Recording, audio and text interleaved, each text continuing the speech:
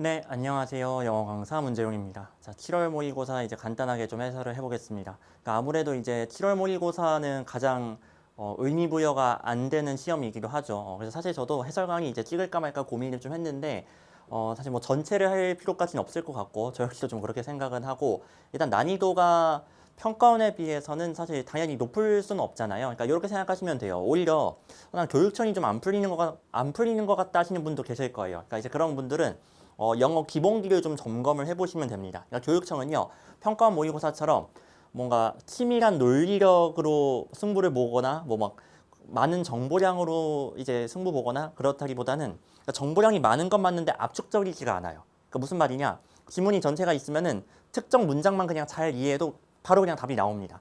그래서 되게 뭔가 지문도 길고 막 이것저것 정보 때려 놓은 것 같은데 의외로 답은 쉽게 나오는 편인 거예요. 근데 그게 잘 안 되시는 분들은 즉 한 문장 한 문장 다 읽어서 해결해야지만 좀 직성이 풀린다 또는 그게 약간 안 좋은 습관으로 자리 잡고 있다 그런 분들은 교육청이 더 어려울 수도 있어요. 이거 모르는 거예요. 자, 그리고 어휘 난이도가 상당히 높습니다. 어휘 난이도가 굉장히 높아요, 사실. 그러니까 평가원보다 오히려 높다고 보시면 돼요, 이거는. 근데 아까 말씀드렸죠?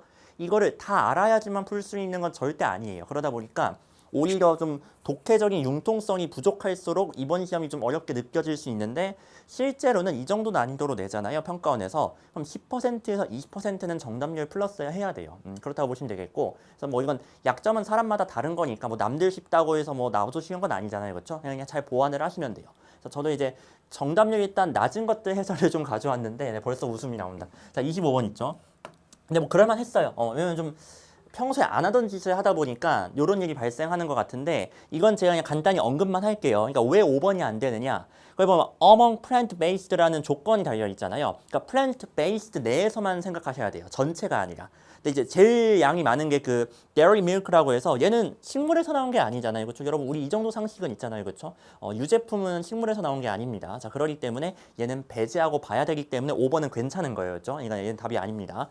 그렇게 해서 찾으시면 아마 답 내는 거는 역시나 25번답게 뭐 어렵지 않을 거라고 보고요. 자, 그럼 한번 23번부터 한번 순차적으로 한번 보도록 하겠습니다. 정답률 48%. 그러니까 주제 문제 치고는 되게 높았고 뭐 다른 게 어렵다기보단 5번으로 되게 많이 가셨는데 5번이 안 되는 이유는 명확하죠. 그러니까 요거는 5번으로 가셨다. 대립구도를 이제 어떻게 처리해야 되는지가 좀 감이 안 잡히신 것 같아요. 그러니까 철수랑 영희가 있다고 했을 때 철수가 주제일 수도 있고 영희가 주제일 수도 있지만 그냥 둘을 뭉뚱그린 게 주제일 수도 있잖아요. 그렇죠? 그러니까 이제 그거에 따라서 이제 판단을 좀 잘 하셔야 되는데 그럼 여기에서 철수랑 영희는 누구냐? 바로 처음에 나와요. 첫 문장에. two problems라고 나왔죠. 자, 이거 보고서도 이양 대립 생각 안 났으면은 뭐 제 수업 안 들으신 거죠. 그죠? 그럼 뭐 괜찮아요. 뭐 상관없는데 만약 제 수업 들었다. 근데 to를 봤는데 이게 대립 구도가 안 보인다. 이거 말도 안 되는 겁니다. 꼭 보완하셔야 돼요. 자, 나눠보도록 하겠습니다. 뭐랑 뭐로 나눌 거냐면 자연재해랑 그 다음에 노화라는 요 두 개의 문제가 제시가 된 거예요. 자, 그쵸? 자, 근데 이 문제들은 어떤 문제냐? 사회가 dealing with, 대처하고 있는 문제래요. 인간 전체 역사 동안에. 즉, 옛날부터 계속해서 해결하려고 하고 있는데 여전히 해결 안 되고 대처하고 있는 문제이다. 라고 보시면 되겠습니다. 자, 그렇게 해서 정부는요, 이 두 가지 모두의 반응을 해야 된대요. 그쵸? 둘 다 해결해야 되겠죠? 그런데 이들의 dynamics, 얘가 이제 역학이란 뜻인데 얘 참고로 복수형으로 쓰이기도 합니다. 역학이란 뜻으로 쓰여도요. 문제될 거 없는 거예요. 자, 이것들은요. 완전히 다르대요. 그렇죠. 구별하고 있잖아요. 그리고 이것은 상당한 결과를 가져온대요. 뭐에 대해서? 그 반응의 특성에 대해서. 무슨 말이에요? 반응이라는 게? 반응 왜 나왔어요? 아까 이 문제에 대해서 대처한다고 했죠. 대처. 이 대처가 반응이라고 보시면 돼요. 즉, 이 문제를 어떻게 대처해야 하는가 다르다라는 거예요. 노화 문제에 대처하는 방안이랑 자연재해에 대처하는 방안이 다르다라는 거죠. 여기까지 되셨죠? 그럼 여기까지 읽었을 때 한번 생각해 보세요. 그러니까 얘가 철수 0인데 자연재해가 주제예요? 노화가 주제예요? 둘 다 아니죠. 그렇죠? 그냥 둘을 나란하게 대등하게 비교 대조하고 있는 거예요. 그래서 답을 내실 때 노화만 들어있거나 또는 자연재해만 들어있다? 그럼 그냥 답이 될 수가 당연히 없겠죠. 그렇죠? 자, 이것만 아셔도 벌써 5번으로 가지는 않으실 것 같아요. 자, 조금만 더 봅시다. 그럼. 이제 궁금한 건 하나죠. 둘이 어떻게 다른데? 어떻게 다르길래 어떻게 이제 반응을 해야 되는 건데? 자, 그것만 좀 빠르게 확인해 볼게요. 여기부터는 빠르게 읽어주시면 되고 중간에 모르는 표현 나와도 상관없습니다. 대략적인 것만 이해하시면 되니까요. 이를테면은 이 표현 예전에도 나온 적이 있는데 혹시 모르시면 이런 건 좀 공부해 두시면 좋아요. go a long way 하면 얘가 이제 기여하다, 도움되다 뭐 이런 뜻이에요. 그러니까 플롯이 뭔가 표시하다, 구획을 뭔가 이제 나누다 이런 뜻도 있거든요. 뭔가 이제 그리다, 표시하다예요. 그래서 aging slope. 이제 노화의 어떤 곡선이 되겠죠. 이제 사람이 이제 나이 먹는 이제 그래프를 이제 그린 거예요. 그런 이제 곡선의 표시를 함으로써 경사를 표시함으로써 정확히는 이렇게 되겠네요. aging이니까 그 경사를 표시함으로써 정책을 만드는 사람은 뭐에 기여를 합니까? 그 문제를 이해하는데 기여를 할 수 있대요. 사람들은요 나이를 먹는데 자 이거 중요하죠. at a constant 일정하고 믿을 수 있는 속도로 또는 뭔가 변화율로 나이를 먹는데요. 그렇죠. 내년에 저 나이 몇 살 먹을까요? 1살 먹겠죠. 2년 후에는 2살 먹겠죠. 일정해요. 자 이런 식으로 이제 일정하다 보니까 요 aging slope, 요 기울기를 딱 그리는 것만으로도 기울기 이제 1의 요거를 그리는 것만으로도 딱 이제 이 정도 속도로 노화가 발생하고 있겠구나라는 거 이해할 수 있다는 거예요. 자 되셨죠?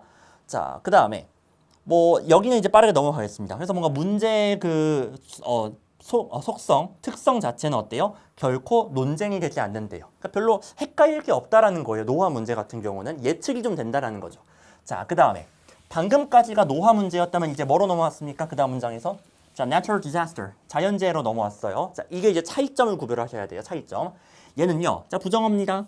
거의 하는 게 없대요. 뭐 하는데? 이 문제를 이해하는데 거의 해주는 게 없대요. 뭐가요? 아까 나왔던 그 숫자를 표기하는 것이요.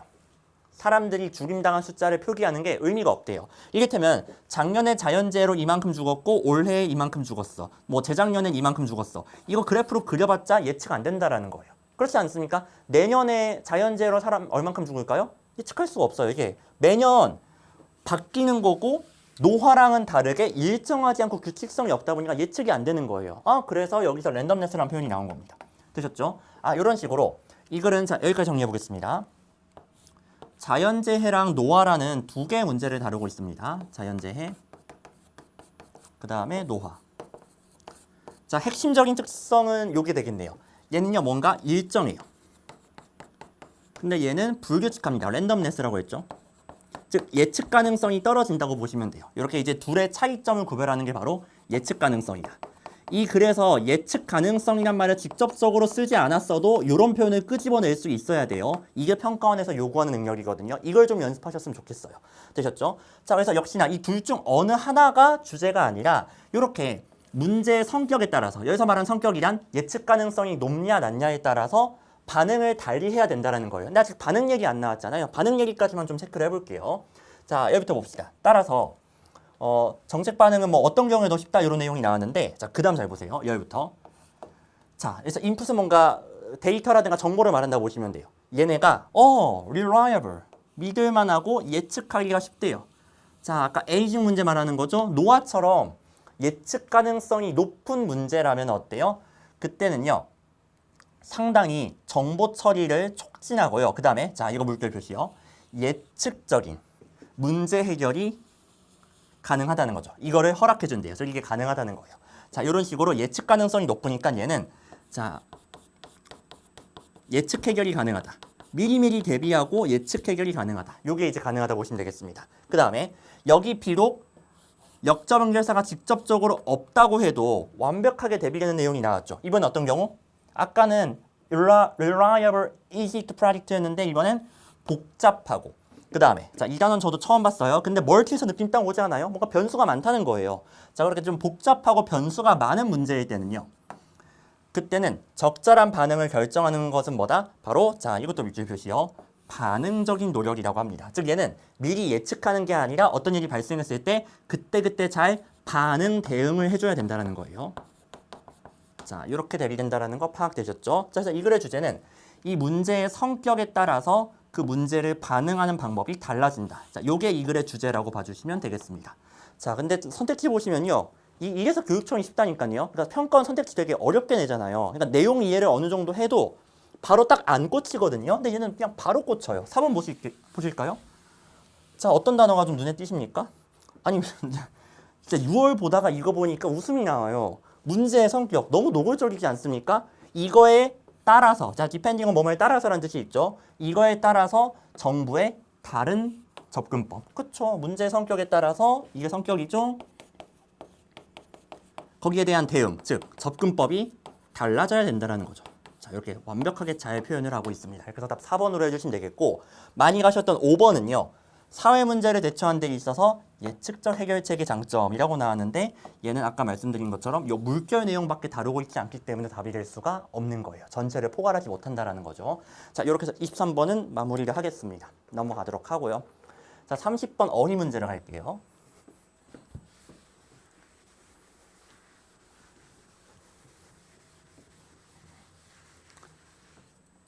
자, 이 문제도 물론 뭐 있으면 4번으로 되게 많이 가셨더라고요. 그렇죠? 이제 통계를 보면은 4번이 들어가 있는 문장이 이게 시험지상으로 봤을 때 대충 보니까 뭐 8줄만 이렇게 넘어 보여요. 그렇죠?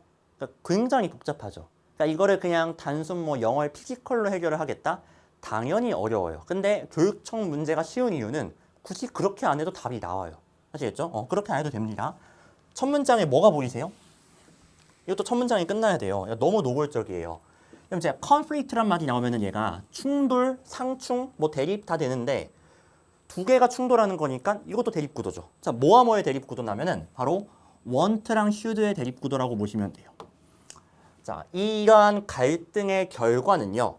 영향을 받는다고 합니다. 뭐뿐만 아니라 우리가 미래자를 어떻게 이제 생각하는지 요거에 이제 영향을 받는 것뿐만 아니라 미래자가 선택할 거라고 생각하는 거죠. 자, 우리가 생각하기에 우리의 미래자가 선택할 것에 영향을 받을 뿐만 아니라 또한 우리가 자, 잘 보세요. 여기에 원래 close인데 앞으로 도치된 거예요. 즉 얼마나 가깝다고 느끼는지예요. 뭐에? 미래자예요. 즉 우리가 미래자랑 얼마나 가깝다고 느끼는지 요거에 영향을 받는데요. 아직은 좀 말이 어려울 수 있어요. 그 다음에 이러한 갈등은요. 근본적으로 트레이드오프를 포함한대요. 그러니까 트레이드오프는 뭔가 주고받는 어떤 교역이라고 보셔야 되겠고, 그러다 보니까 둘 사이에 약간 밸런스라든가 균형이라는 의미도 있어요. 자, 두 가지 다 괜찮다고 보시면 될 텐데, 자, 그럼 뭐와 뭐 사이에? 바로 첫 번째는 이제 선택지인데 현재자를 만족시키는, 그러니까 현재자의 욕구나 열망을 만족시키는 그런 선택지예요. 그거와 어떤 선택지? 이번에는 현재가 아니라 뭐예요? 미래자가 되겠죠. 미래자의 이익을 주는 선택지가 되겠습니다. 이 둘 사이에 뭔가 주고받는 그런 균형을 포함한다고 보시면 돼요. 되셨죠? 이거는 납득되시지 않으세요? 여러분들 이를테면 공부를 좋아서 해야 하니까네요. 보통은 해야 하니까 하는 거잖아요. 그렇죠? 근데 공부라는 게 지금 현재 내가 즐겁자고 한다기보다는 미래에 내가 잘 되려고 하는 거잖아요. 그렇죠? 미래 행복하려고. 자, 그런 식으로 미래자의 이익을 주는 거는 그런 건 약간 의무적인 거예요. 공부해야 되니까 하는 거예요. 근데 내가 지금 놀고 싶어서 노는 거, 이건 현재 만족을 위한 거잖아요. 그런 게 이제 want라고 보시면 돼요. 딱 느낌 오시겠죠? 자, 여기까지 정리. want라는 것은 바로 현재를 위한 거고 should라는 것은 미래를 위한 것이다. 딱 이렇게 나눠주시면 되겠습니다. 자, 괜찮으시겠죠? 그 다음에 as a result, 그 결과 우리가 심리적으로 연결되어 있다고 느끼지 않는데요. 뭐랑? 미래자랑요. 잠깐만요.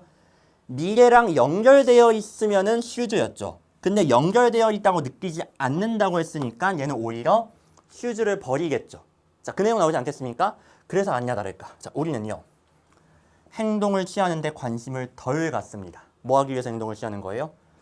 바로 이자, 즉 미래자의 이익을 주는데 관심을 덜 갖는데요.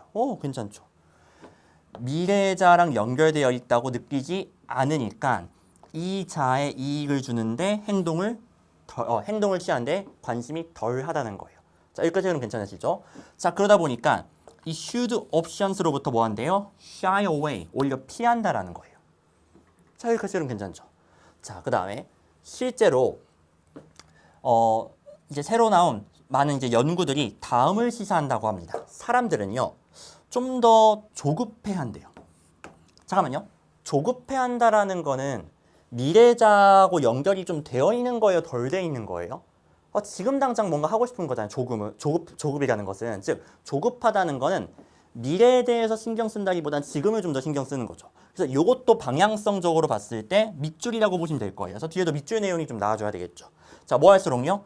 그들이 그렇죠. 미래자로부터 연결이 아니라 disconnected, 단절되어 있을수록 더 조급해한다고 합니다. 자, 되셨죠? 여기까지 이렇게 연결해 주시면 돼요. 그래서 이 흐름대로 따라오시면 되는 겁니다. 그럼 그 다음 문장도 어느 정도는 처리를 하실 수가 있는 게, 자, for example에다 형광펜을 좀 해주세요. 예시가 나왔기 때문에 당연히 요 예시도 뭐에 대한 내용이겠어요? 밑줄 물결 중에서. 자, 밑줄 내용이 되겠죠. 미래랑 뭔가 미래를 신경 쓴다기보다는 뭔가 좀 조급함을 느끼고 지금 현재를 좀 더 신경 쓰는 약간 그런 내용이 나올 것 같아요. 자, 실제로 보니까 자, prefer A over B예요. A를 B보다 더 신경 쓰다 이렇게 해석해 주시면 되겠습니다. 그럼 뭐를 더 신경 쓰느냐? 나중에 큰 보상보다는 작은 금방 다가올 그런 보상을 더 선호한대요. 조급해하는 거 맞죠? 지금 열심히 참고 공부하면은 나중에 크게 성공해. 아, 그딴 거 됐고 지금 나는 조금이라는 보상이라도 받을래. 지금 행복할래. 요거잖아요. 조급해하는 거예요, 이게. 자, 그런 식으로 더 높은 비율로 사람들이 이런 걸 선호한대요. 뭐 할 때? 이들이 인생을 바꿀 만한 경험을 이제 기대를 할 때 그렇다고 합니다. 근데 그 이유가 뭔고 하니 인생을 바꾸는 경험은요, 유발한대요. 더 큰 단절을요. 이거 괜찮지 않아요? 지금 밑줄 내용이잖아요. 아까 밑줄 내용 뭐라고 했어요? 방금 나왔었잖아요. disconnected. 이거에 대한 예시잖아요, 학생님들아. 이거에 대한 예시니까 당연히 dissociation, disconnected 이게 나와줘야죠. 괜찮지 않습니까? 자, 그래서 단절인데 당연히 뭐 현재와 미래 단절이에요. 그렇죠. 현재자랑 미래자 사이에 뭔가 좀 연관성이 떨어질 때, 단절이 되어 있을 때 그때 오히려 좀 조급하다고 했으니까 이 단어가 나오는 게 당연한 거예요. 그래서 뭔가 인생을 바꿀 만한 큰 변화, 좀 약간 인생을 바꿀 만한 그런 변화들은 아무래도 좀 단절성을 유발을 하고 그러다 보니까 좀 더 사람이 조급해지고 약간 그런 흐름이라고 봐주시면 돼요. 그러니까 완벽하게 이해 못 하셔도 돼요. 이 문장을 아시겠죠? 이 정도의 밑줄 내용 흐름이구나. 이게 현실적으로 저는 맞다고 봐요. 되셨죠?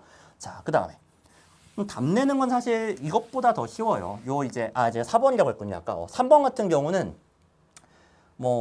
이거 시험장에선 도저히 해결이 안 되겠다. 시간도 부족하고 해서 넘어갈 수도 있어요. 근데 답은 내셔야 돼요. 인간적으로. 왜 그러느냐? 마지막 문장에 연결사 좀 보세요. On the other hand. 반면에. 그럼 앞뒤에 뭐가 대비되겠습니까? 현재를 추구하는 상황과 미래를 좀 더 추구하는 상황. 이거 대비되지 않겠어요? 그거 체크해 볼게요. 자, 좀 더 일반적으로 사람들이 들을 때래요. 그들의 정체성이 바뀔 것입니다. 상당히. 시간이 지남에 따라. 자, 그런 얘기를 들었을 때 사람들은요. 즉각적인 이익, 즉 바로 이제 당면한 현재가 되겠죠. 엄밀히 말하면은 현재의 이익을 버릴 거래요. 그게 바로 원체가 되겠고요. 그 다음에 이거 사실 단어 때문인 것 같아요. forsake 얘도 이제 포기하다인데 더 큰 나중의 이익을 포기한대요. should를 포기한대요. 둘 다 포기한다고? 이거 좀 이상하지 않아요? 그래서 이상한 생각 들어야 돼요. 그 다음에 결정타 foresight되니까 느낌 오잖아요. 멀리 보는 거예요. 즉 미래를 생각하는 거죠. 얘는 물결 내용이 되겠습니다. 이런 멀리까지 보는 의사결정은요. 촉진될 수 있대요. 사람들이 뭐하게 함으로써 미래자랑 더 가깝다고 느끼게 함으로써요. 그렇죠. 단절되어 있는 게 아니라 미래자랑 가깝다고 느끼니까 더 멀리까지 보고 결정을 내린다라는 거예요. 자, 이런 식으로 물결 내용 나왔으니까 앞에 밑줄 내용 나와야 되겠죠. 그러려면 요 원칙을 버린다가 아니라 오히려 추구한다. 뭐 이런 내용이 나와야 되지 않겠습니까? 자, 그래서 4번이 답인 겁니다. 얘가 답이 될 수 없는 거예요. 자, 되셨죠? 얘는 결국 처음에 원체랑 should 대립구도 잡고 마지막에 on the other hand를 이용해서 답만 내주셔도 충분하다는 겁니다. 이것만 할 줄 아셔도 충분하다는 거예요. 자, 이렇게 해서 30번 됐고 저희 이제 빈칸으로 넘어가도록 할게요. 자, 빈칸은 31번은 사실 좀 정답률이 많이 높아서 굳이 제가 안 해도 될 것 같고요. 32번을 한번 보도록 하겠습니다. 자, 얘도 뭐 어려운 문제라고 할 정도까지는 아니지만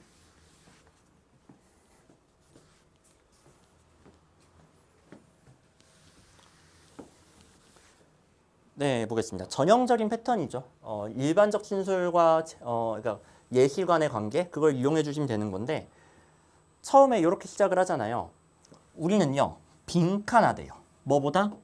우리가 시각적인 그것에 대해서 이러하는 것보다. 즉 시각과 뭔가 비교를 하고 있는데 다음 문장 딱 보는데 오디오가 나와요. 뭐와 뭐에 대비해요? 시각과 청각의 대비가 되겠죠. 자, 이거 안 보이시면은 사실 조금 암울합니다. 자, 이런 걸 보완하셔야 돼요. 이 글은 두 가지의 감각을 대비시키고 있구나. 그러니까 제가 암울하다는 게 이게 뭐 지능 문제를 말하는 게 절대 아니에요. 경험 문제예요. 지금까지 평가원에 시각과 청각의 대비 또는 뭐 촉각과 뭐 시각의 대비 이거 몇 번이나 나왔게요. 정말 많이 나왔거든요. 근데 그게 머릿속에 안 들어있다? 이건 그냥 이제 공부량 부족이라고 할 수밖에 없어요. 경험량이 부족이에요. 그러니까 이런 경험량을 좀 보완을 해 주시라는 거예요. 그게 하다못해 7월 모의고사라고 할지라도 이걸 통해서라도 보완해 주시면 돼요. 이건 평가원에서도 되게 중요한 거니까. 자, 그럼 이 둘이 어떻게 좀 갈라지나 봅시다. 뒤에는 청각에 대한 내용이잖아요. 그쵸? 청각의 경우에 어떻대요? 알아채고 싫어한대요. 뭐를? 오디오에서의 브레이크가 뭔가 끊기거나 단절되는 거. 그리고 defect, 결함. 뭔가 좀 안 좋은 거네요. 그 다음 static. 사실 얘도 원래 주석 달아주는데 평가원은. 잡음. 이런 것들을 눈치채거나 싫어한대요. 근데 대충 느낌 오시죠? 100보 양보해서 static? 모른다고 칩시다. 200보 양보해서 defect? 모른다고 칩시다. 블레이크에서 좀 느낌 오지 않으세요? 그러니까 뭔가 소리가 중간에 끊기는 거 이거 싫다는 거예요. 이런 식으로 청각에 대해서는 이걸 뭐가 결함이라고 표시하면 좋을 것 같아요. 결함.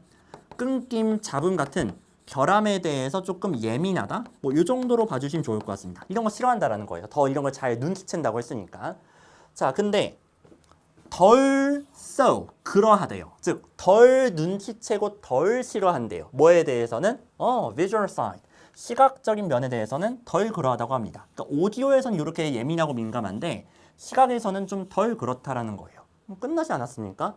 혹시 뭐 만약 불안하신 분은 뒤에 뭐 예시까지 한번 읽어보시면 될 것 같아요. 여기에도 한 번 더 힌트가 나오기는 하니까. 근데 저는 그냥 이걸로 끝내겠습니다. 빈칸에는 이런 어떤 브레이크나 디펙트에 대해서 좀 더 예민하다, 민감하다. 이걸 답으로 해주시면 되겠습니다.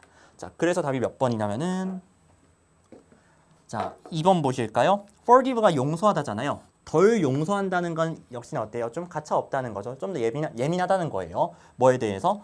소리에 나왔네요. mistakes가 바로 이 결함을 말하는 거겠죠.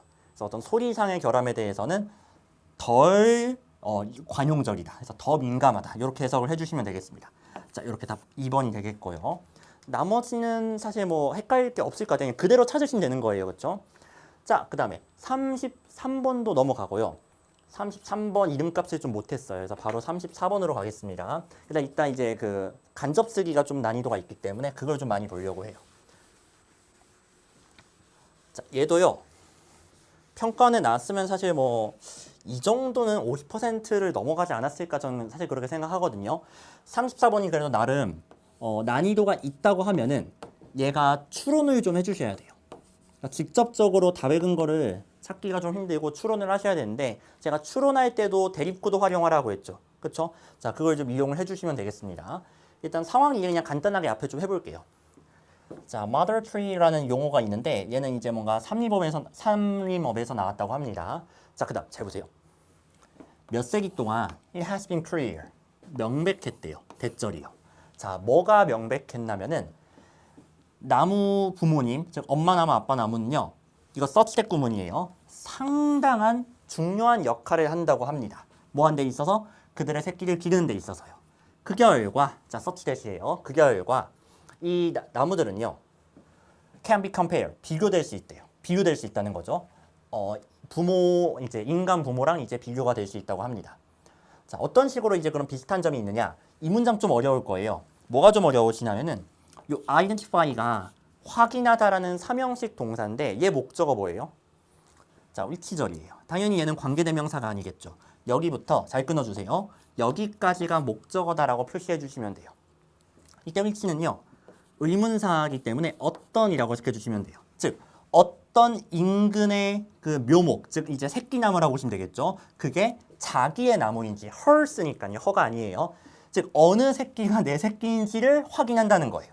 뭐함으로써 그들의 그 엄마 나무의 뿌리를 사용해서 그러니까 주변에 막 나무들이 있으면은 얘는 내 새끼, 얘는 내 새끼 아니야. 이런 식으로 이제 확인을 할 수 있다라는 거예요. 자, 되셨죠? 자, 그다음에 그녀는요. via가 이제 뭐뭐를 통해서죠. 뭔가 이제 좀 섬세한 그런 어떤 연관성을 통해서 support, 부양을 한다고 합니다. 뭐를 통해서 하면은 뭘 부양을 하면은 그들의 이제 자식나무들을 부양을 한대요.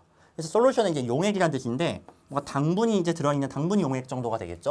그러니까 이제 나무들이 이제 뭔가 연결이 되어 있잖아요. 그 연결을 통해서 당분 용액을 뭔가 공급을 해서 부양을 하나 봐요. 근데 이 과정이 마치 이제 인간 엄마가 아이를 키우는 거랑 뭐 아이한테 뭔가 젖을 먹이거나 그런 식으로 이제 키우는 거랑 좀 비슷하다고 글쓴이는 보는 겁니다. 자, 근데 여기서 끝나는 게 아니라 아 그래 엄마 나무가 아이 나무한테 뭔가 뭐 먹이는구나 여기까지는 이제 별거 없잖아요, 그렇죠? 근데 여기 잘 보셔야 돼요. 그 다음에 이제 새로운 내용이 살짝 나오는 게 쉐일에서 그늘이 나오거든요. 이 그늘 역시도 부모가 제공하는 그늘이에요. 근데 얘는요, 자, 어나더에다가 형광펜 해주세요. 또 다른 형태의 돌봄이라고 합니다. 즉 돌보는 게 아까처럼 슈가, 당분을 공급하는 것도 일종의 돌봄이고요. 지금처럼 그늘을 공급하는 것도 돌봄이라고 보시면 돼요. 근데요, 특이한 게 있어요. 아니 돌봄인데 뭘 한대요? 단어 좀 어렵죠? curbs, 억제한대요. 억제. 뭐를? 그 새끼의 성장을요. 자, 그 수목 밑에서 자라고 있는 새끼의 성장을 오히려 억제한다고 합니다. 이게 좀 특이한 점이에요.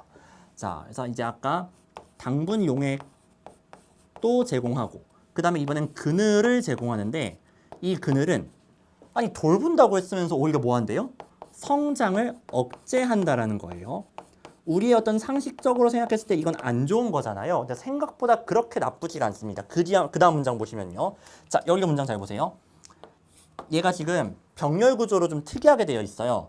첫 번째가 without shade, 그늘이 없다면. 그 다음 두 번째가 expose, 노출이 된다면.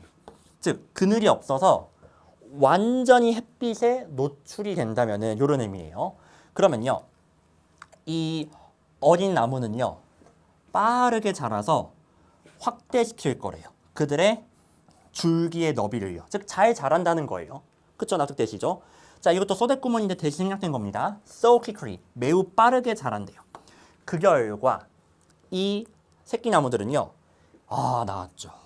exhausted. 금방 에너지가 소진된다라는 거죠. 얼마 후에? 100년, 200년 후에. 오, 100년, 200년 오래가네. 이러시면 안 돼요. just라고 했잖아요. 나무한테는 짧은 시간이에요. 겨우 한 100년, 200년 살고 끝나게 된다라는 거예요. 아, 성장을 마구마구 하는 게 좋은 게 아니었구나라는 걸 아셔야 돼요. 그래서 성장 억제는 어떤 거예요? 오히려 좋은 거예요. 애가 오래오래 살 수 있도록 100년, 200년 꼴랑 살고서 죽는 게 아니라 그 이후로 더 오래 살 수 있도록 성장을 억제해 주는 겁니다. 그래서 이게 케어라고 보시면 돼요. 자, 이게 되게 중요해요. 그래서 우리가 어떤 상식적으로 접근하지 마시고 자, 하웨버 나왔으니까 대비되는 거 나오겠죠. 자, 이제부터 추론 들어갑니다. 자자자자. 하웨버 나왔어요. 그럼 이거랑 대비되는 내용 당연히 뭐가 나오겠습니까? 성장을 억제하지 않았을 때 그늘이 있을 때가 나와야 되겠죠. 앞에서 이제 그늘이 없을 때가 나왔으니까. 자, 그래서 지금 앞에서는 만약 그늘이 없다면은 이것만 적고 갈게요. 성장이 아주 급속하게 이루어진다고 했죠. 그렇죠?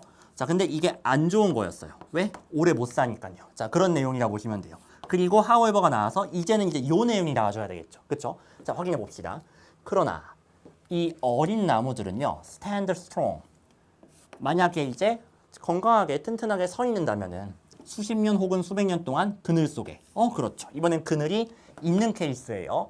자, 그렇다면은 이들은요. 오랫동안 살 수 있을 거래요. 자, 여기까지 괜찮죠? 자, 그런 식으로 이 두 가지의 이제 대비되는 내용이 나갔습니다. 핵심은 딱 나왔네요. 그늘이 정말 중요하구나.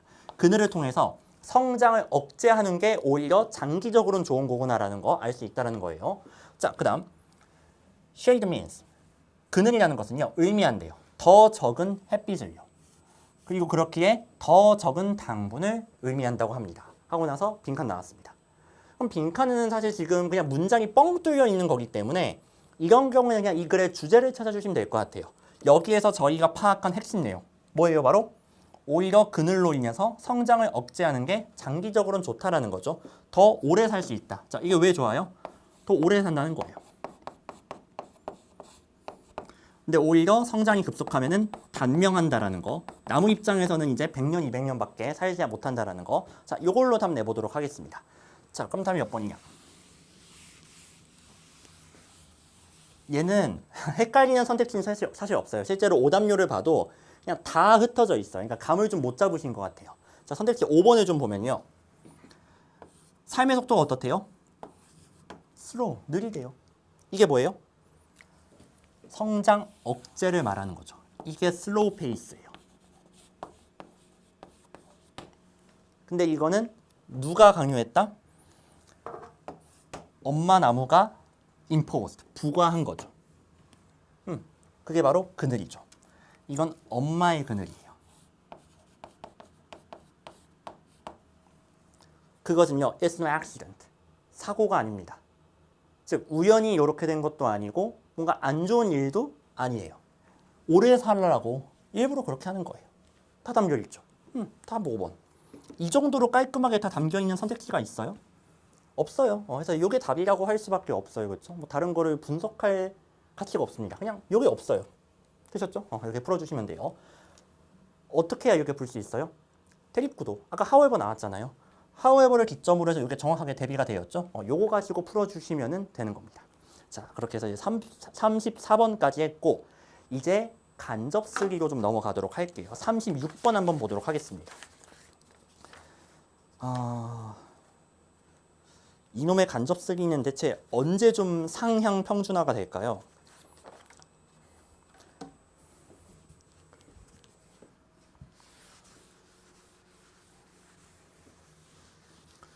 왜 그 유명한 선생님께서 교육과 다이어트는 망하지 않는다고 하는데 제발 이놈의 간접 쓰기 좀 제발 이런 거 틀리지 마세요. 36번. 이게 왜 정답률이 이렇게 나와야 되는지 모르겠어요. 일단 이것도 첫 문장 보자마자 two ways가 나왔으니까 당연히 나누셔야 돼요. 그렇죠? 중심 소재는 테크노크라시예요. 디모크라시에서 이제 약간 크라시가 지배 다스림이기 때문에 기술에 의한 지배라고 보시면 돼요. 이것은요, 영향을 준다고 생각이 된대요. 기술적 의사결정이에요. 자, 두 가지 방식 중 하나로요. 그럼 뒤에 뭐 나오겠습니까? 기술 통치에서 어떻게 영향을 주는가. 두 가지 방식이 나오겠죠. 그걸로 나눠주시면 되겠네요. 설마 C부터 읽으신 분은 없을 거라 믿습니다. 대비될 게 안 나왔는데 인컨트라스트가 나올 수는 없겠죠. 자, 그렇기 때문에 저는 A랑 B를 먼저 읽을 건데 아무래도 우리 그래도 짬밥이 있으니까 B를 먼저 읽는 게 괜찮을 것 같아요. 그렇죠? B 한번 보도록 하겠습니다. 이상화된 과학 기술은요, 대체한다고 합니다. 정치를요. 정치 대신에 과학과 기술이 자리 잡는 거예요. 그리고 기술 전문가들은요, 바로 의사결정자가 된대요. 되셨죠? 정치인이 결정하는 게 아니라 기술자들, 전문가들이 결정을 하는 겁니다. 그래서 테크노크라시구나. 자, 그래서 그 뒤에 뭐 이제 분사구문 나왔는데 이것만 좀 해석해 드릴게요. 나름 좀 어려우니까. 이것도 좀 도치가 발생했어요. 증거가 뒷받침하는 어떠한 과학적 원칙에 따라서든 사회를 계획하고 조직화한다고 합니다. 뭐 이렇게 해석이 되겠고, 중요한 게 이거예요. 이러한 형태의 테크노크라시는요, 자, 부정어입니다. 거의 뭐 하지 않습니까?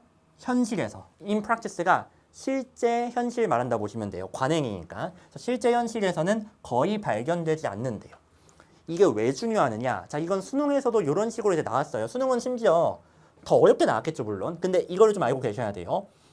지금까지 제가 읽은 내용 중에서 요거 현실에서 거의 발견되지 않는다. 요거랑 아까 전문가가 의사결정자가 된다. 이거 밑줄 표시 좀 해주세요. 이거랑 정확하게 대비되는 게 C에 나와요. 이건 예상할 수 있어야 돼요. 왜냐면 인컨트라스트라고 했으니까 당연히 대비되는 게 나오지 않겠습니까? 근데 이걸 정확하게 체크할 줄 아셔야 돼요. 그래야 이제 수능 문제 더 잘 풀 수 있겠죠. 자, 확인을 해보면요. 좀 더 온건한 형태래요. 여기선요, 전문가는 조언을 하고 의사결정자가 결정을 한다고 합니다. 다르네요. 누가 결정한다고요? 정치인이요. 아까는 전문가가 결정까지 다 했죠. 근데 이젠 달라요. 전문가는 조언만 하고 이렇게 하면 좋습니다. 조언만 하고 최종 결정은 어쨌든 정치인이 하는 거예요. 자, 요게 일단 첫 번째 대비 포인트라고 보시면 돼요. 됐죠? 자, 근데 이러한 좀 더 온건한 형태는, 중도적인 형태는, 그러니까 극단적이지 않아요. 발견이 되는데 많은 민주사회에서 발견이 된대요. 또 나왔죠. 많은 민주사회에서 발견이 됩니다. 즉 이미 이렇게들 많이 하고 있어요. 이게 아까 거의 현실에서 발견되지 않는다랑 대비되고 있죠. 됐습니다. 그럼 당연히 B가 나오고 C가 나와야 될 텐데 조심하셔야 될 거는 A가 뭔지 알아야 되겠죠. 즉 B는 밑줄이고 C는 물결이에요. 그럼 A는 뭐야? A는 밑줄이야 물결이야? 이걸 따라서 답이 갈리겠죠. 밑줄이면 BAC, 물결이면 BCA. 됐죠? 근데 A를 보니까요. This is because 이것은 정책을 만드는 사람이 일한대요. 뭐 안에서? 전문가가 설정해놓은 한계 안에서요. 그리고 선택한대요. 전문가가 제공한 선택지로부터. 누가 결정하는 거예요? 누가 결정해요?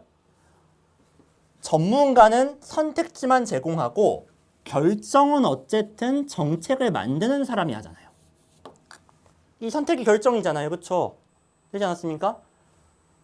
그래서 얘도 물결 내용이란 거 알 수 있겠죠. 다만 이게 최초가 아니죠. 최초는 당연히 C이기 때문에 답은 BCA다라고 해주시면 되는 겁니다. 굉장히 간단하죠. 다 읽을 필요도 없었고, 그렇죠? 자, 요 정도는 되게 간단하게 처리하실 수 있으셔야 돼요. 중요한 건 이거예요. 아니, choose를 결정하다라고 해석할 수 있어요, 우리? 평소에. 그럼 선택하다랑 결정하다랑 같은 말이에요? 라고 하면은 자신 있게 네! 라고 할 수 있어요? 잘 안 돼요. 근데 제가 이거를 왜 결정하다라고 읽을 수 있었어요? 어차피 둘 중 하나니까. 어차피 결정은 정책하는 사람이 하든, 그러니까 뭐 정치인이 하든, 아니면 전문가가 하든 둘 중 한 명이 하는 거잖아요. 그러니까 이게 주관식이 아니에요. 이지선다 객관식이에요. 그러니까 이렇게 읽을 수 있는 거예요. 그러니까 목표 설정을 정확하게 하고 독해를 하시면 독해가 편해집니다. 아시겠죠? 자, 그 다음에 37번.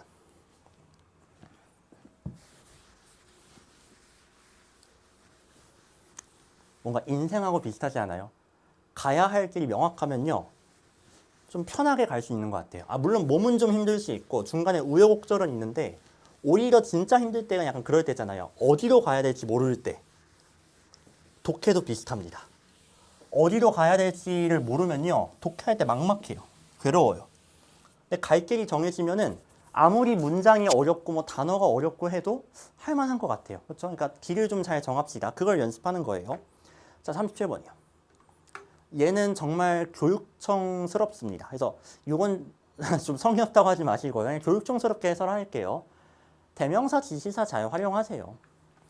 C에 those carbohydrates하고 나왔는데 이거 어디에밖에 안 나오냐면은 정확히 여기 나와요. 이거 다음에 이거 나와주시면 되는 거예요. 이렇게 일단 C로 제일 먼저 시작을 하셔야 되겠고요. 다행히 이것까지는 좀 잘하신 것 같아요. 근데 문제가 되는 게 그 다음에 뭐가 나와야 되냐인데 자, C를 좀 읽어보겠습니다. 우리 다 알고 있는 광합성에 대한 내용이에요. 그래서 내용 자체가 절대 어렵진 않아요. 막 구문 좀 복잡해 보이고 그럴 수 있는데 절대 어렵지 않습니다. 그 광합성으로 탄수화물 만들었어요. 그렇죠? 걔는요. 에너지를 제공한대요. 식물이 사는데 필요한 에너지를요. 뭐 그런 내용 나옵니다. 그래서 뭐 이런 거 제공한다. 그 다음 건전한 생태계에서는요.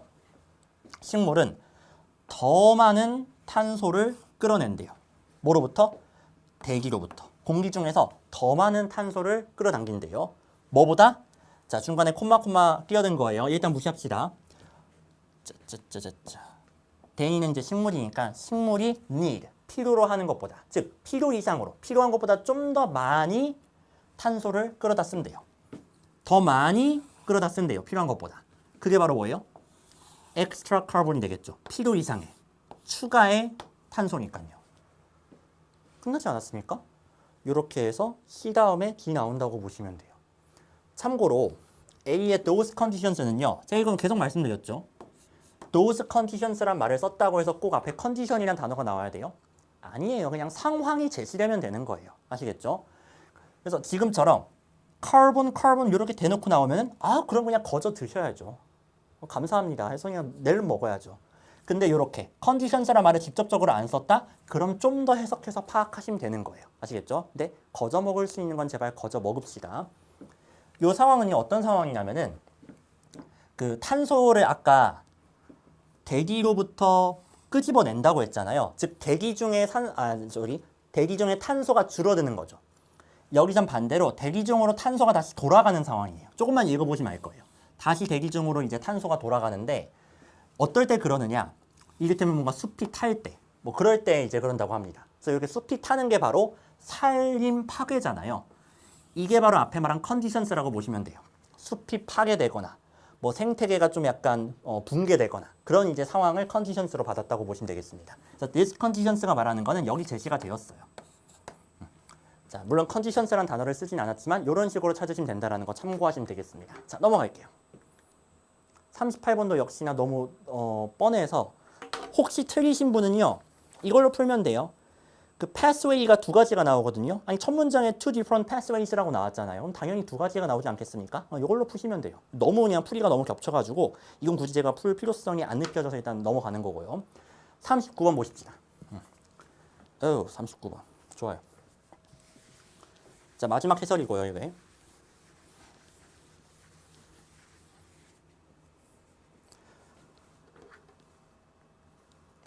자, 얘 같은 경우는 이제 주어진 문장에 however가 있잖아요. 그러니까 당연히 이제 대비되는 게 나올 텐데 사실 이것도 대비까지 안 가셔도 돼요. 그러니까 좀 안타까워요. 이거는 그 범주를 너무 의식을 안 하신 게 아닐까. 그러니까 이런 식의 풀이 방법을 경험을 안 해봤을 것 같아요. 많은 학생들이. 그래서 정답률이 이렇게 나온 것 같은데 주어진 문장에 다시 고기 먹는 걸로 되돌아간다 이런 내용 나오잖아요. 이거 왜 나온 건지 혹시 아시겠어요? 이게 글을 읽다 보면은 중간에 예시가 나오거든요. 거기만 좀 한번 볼게요. 4번 뒤에 보세요.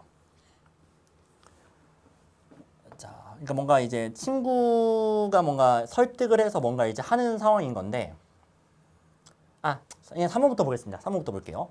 A better way. 더 나은 방식인데 우리가 어떤 행동을 하도록 지지를 받을 수 있는 더 나은 방식은 바로 친구를 두는 거래요. 우리를 장려하는 친구를요. 그러니까 이를테면 내가 공부를 좀 안 하다가 공부를 좀 열심히 하려고 해.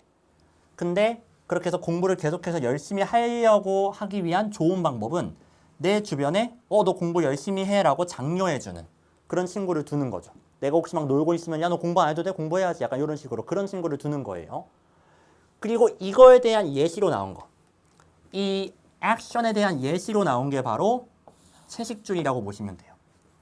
채식주의라고 보시면 돼요. 즉, 채식주의 예시는 어디에서 최초로 나온 겁니까? 여기서 최초로 나온 거예요. 괜찮으십니까? 다시 고기 먹는 걸로 돌아간대요. 뭐예요?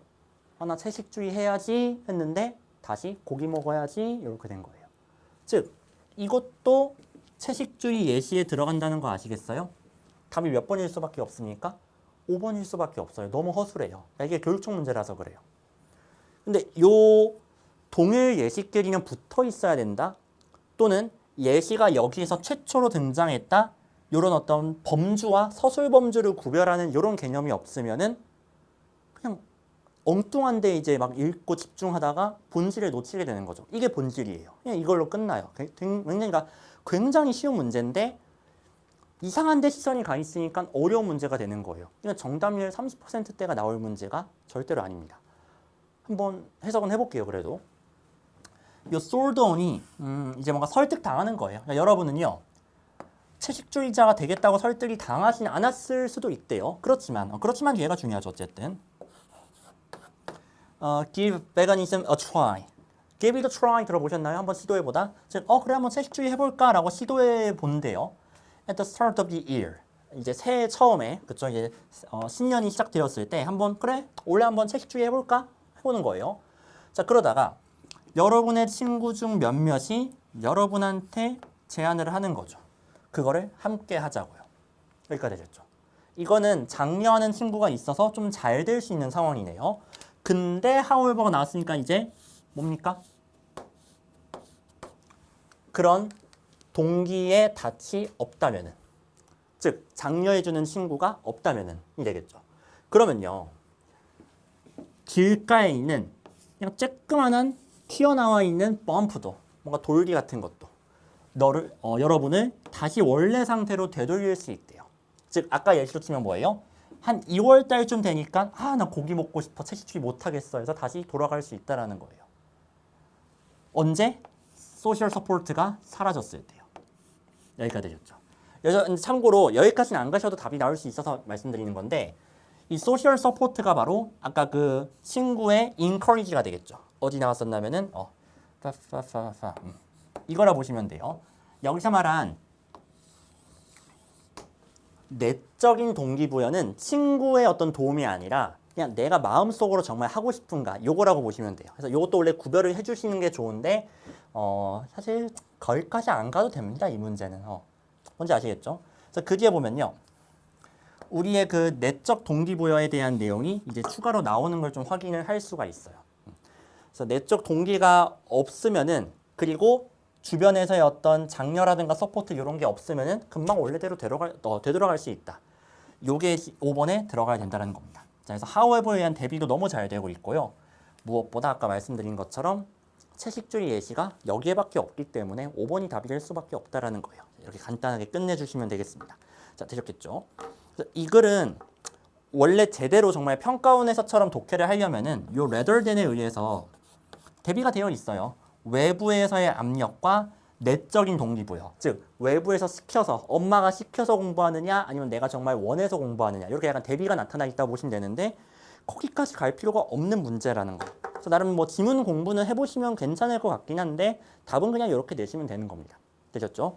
약간 교육청하고 평가원의 차이점도 다시 한번 좀 확인할 수 있었던 문제였던 것 같아요. 굉장히 단순합니다. 되게 쉽게 풀려요. 자, 그래서 아까 말씀드린 것처럼 이제 해설은 이제 다 끝났는데 이번에 7월 때 좀 헤맸다라는 거는 본질을 좀 못 보고 있을 가능성이 높다라는 거. 그리고 기본기가 약하거나 아니면 기본기가 그렇게까지 약하진 않은데 아까처럼 좀 약간 쓸데없는 거를 보고 집착하느라 오히려 좀 어렵게 느낄 수 있다라는 거. 그걸 좀 한번 짚고 넘어가시면 딱 좋을 것 같아요.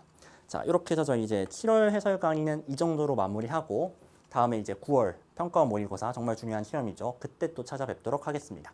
자, 이상으로 영어 강사 문재용이었습니다. 감사합니다.